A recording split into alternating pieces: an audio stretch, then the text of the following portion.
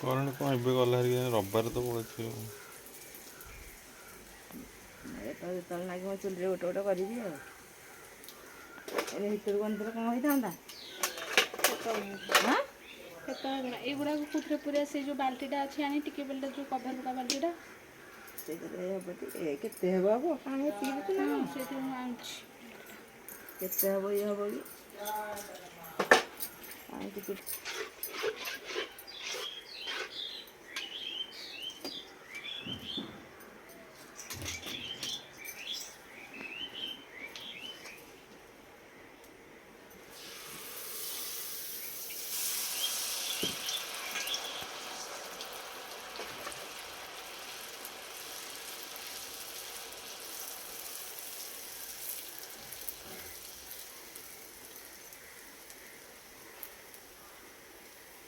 କରିବାକୁ ବିଜାର ଅଛି କମେଇ କରୁ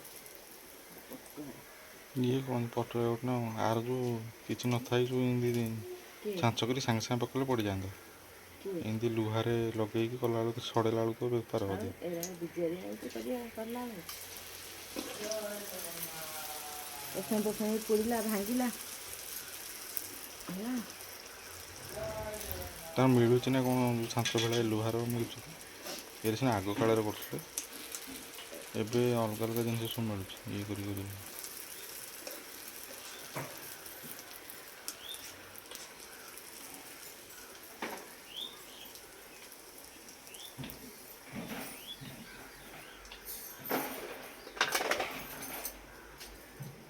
ଆସିବ ଆସିକି ଆଉ ଖୁଆଇ ଦେବୁ ଲାଇନ୍ ତ ନାହିଁ ରୋଷେଇ ପଛେ କରିବୁ ପିଠା କରିବୁ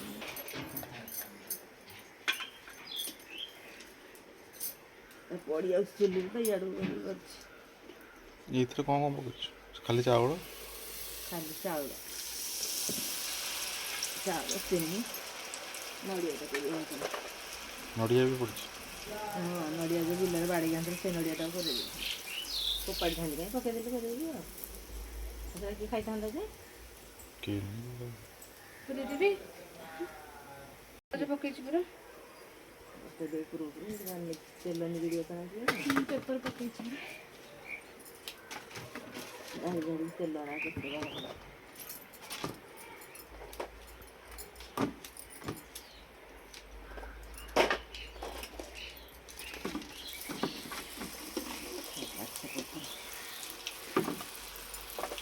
କେତେଟା ଗଣି ଥୋଇଲୁ କେତେଟା ପିଠା ବାହାରୁ କଲ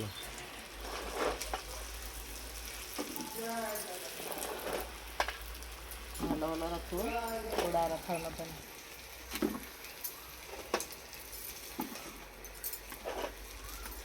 ପ୍ରଥମ ତ ଭାଙ୍ଗିବ ଏତେ ଏଇଟାକୁ ମାଜିବନି ତେଲ ଛାଲୁ ବୋଲି ଥୋଇଦେବ ସାଞ୍ଚିଟାକୁ ମାଜିଦେଲେ ତେଲ ଛାଡ଼ି ଯାଉଛି ନା ମାଜିବନି ସେମିତି ତେଲରେ ଥୋଇକି ସେଇ ତେଲ ସେମିତି ଥୋଇଲେ ଯେତେବେଳେ ଆଉ ଗୋଟେ ତେଲ ହେଇକି ଥିବ ଫାଷ୍ଟ କଲାବେଳକୁ ତେଲରେ ଇଏ କରିକି କଲେ ହେବନି। ତେଲ ଛାଲୁ ରହିଲେ ଭଲ।